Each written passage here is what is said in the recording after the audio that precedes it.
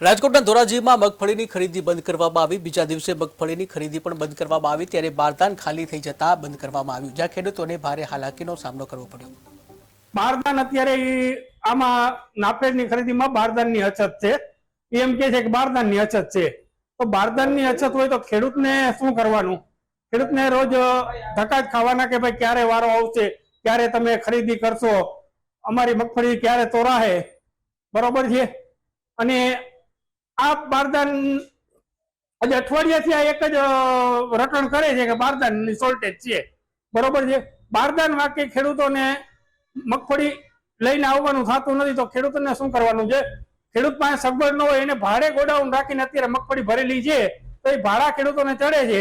એક તો ખેડૂતના હાથ ઉપર પૈસા ન હોય, હવે આ મગફળી ના તોરાય ત્યાં સુધી ખેડૂતના હાથ ઉપર પૈસા આવે નહીં, અને બહારથી અત્યારે પૈસા લઈ અને ખેડૂતોને ચૂકવવા પડે છે, આ બધા ખાતર, બિયારણ, દવા, મજૂરી।